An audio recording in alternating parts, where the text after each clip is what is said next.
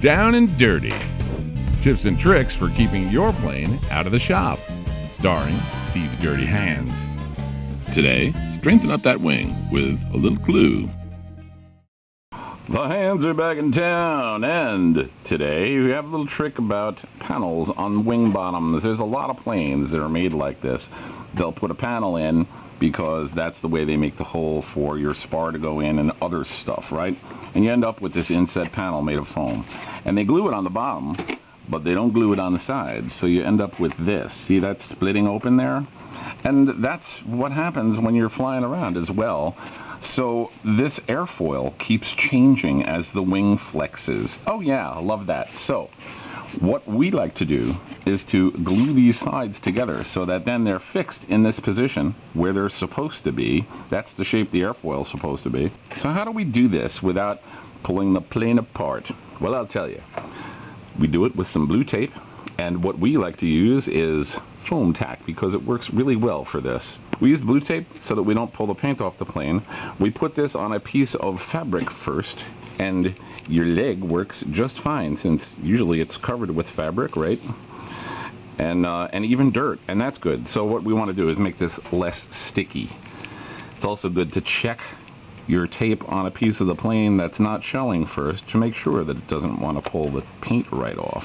So you won't really be able to spread the wing open out by the end here, but you will be able to spread it open up to about here. So I've cut anything that's in the way where the seam is. I didn't cut that, but and we're going to cut the blue tape over the seam.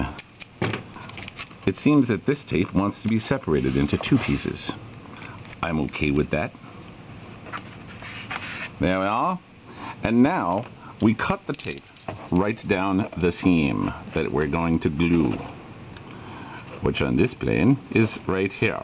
And there's another piece here, which, yeah, we might be able to get some glue in there too. Alright, and here's the seam over here. Your knife should drop right into the slit where the seam is, and then you just run it down that slit like that. And why not? Let's do this little part too. First on the leg, then on the smeg. So we're going to have to cut any tape that attaches these two sides, including this seam. Otherwise we won't be able to split it apart. The two sides will be taped together. Make sure all that tape is cut. There you are. And once again, that's right, a piece of milk bottle plastic. We make sure that one side is cut straight so that we can use it as a knife of sorts. And then we put a bead of glue here and we scrape it into the groove using this here piece of plastic, which actually fits right in that groove like that, see? And that's foam tack we're using, which is pretty much contact cement, but it's pretty much made of plastic instead of rubber, so it's different stuff, and it doesn't eat almost any foam. Works really well on EPO, I'll tell you that much. We lay a bead. Now this is something that needs to be done quickly. Using the thin plastic, you smush it into the seam, thusly. So I have plowed the glue back and forth into the seam, and let's get the tape off quickly. As per the manufacturer's instructions, we want to push this together and pull it apart a number of times to make sure the glue is transferred to both sides, right? And to get it making these little tendrils you see in there. And then we pull it apart for maybe a minute and hold it like this so that it's open a bit. So I'm pressing on the bottom with my fingers and pushing down on the outsides to spread that cut open. You can blow in it to help. And now we close it and press it together. I'm not going to yank it apart now, but you can see that it's not opening now when I'm bending the wing. So we're going to keep it closed as much as possible by pushing it together. Alright, so now let's glue this other one. I'm doing it one side at a time because that's about the speed the glue sets up. We use regular tape to get the fresh glue off the HDPE. It should be able to get the fresh glue off the HDPE fairly easily if your HDPE isn't sanded. If it's nice and smooth. Now we're on to the rear. Bead O glue. Hey, if I can get those too, why not? Let's start with the thin end. I'll put this stuff in too. Oh, that goes right in, doesn't it? So scoop it in and push it in. Now I take the tape off. There we are.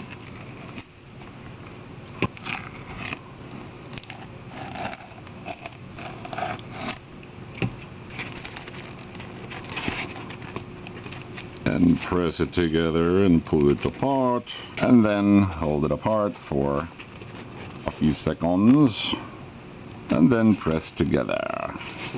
So if you have nothing to do for 15 minutes, it's not the worst thing in the world to just press these seams together on the bottom. But if you have this stuff, this stretchy tape, you can put it on here and pull it a little tighter on the bottom than it is on the top. So there's the tight. Okay, and there's the tight part. So you don't want to alter the shape of the airfoil, you just want to pull the bottom surface together so that the crack is closed. And then we'll just leave this like this for a couple of hours and let it set up. And here's another little trick. If you want to stretch tape over an aileron, right, that normally flops, you put a piece of plastic on each side like Formica. That's kind of stiff plastic, right? And then you wrap your stretchy tape around that. Alright, so here it is. Hard to see on camera, but these are now glued together so that this is one solid surface instead of a bunch of slits, which makes it really bendable like an accordion, right? This is no longer an accordion, it's one solid thing.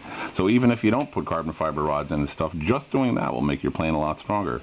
And if you add to this some tape that especially goes across the seams, oh yeah. So there it is. And the hands, we'll see you on the flat line.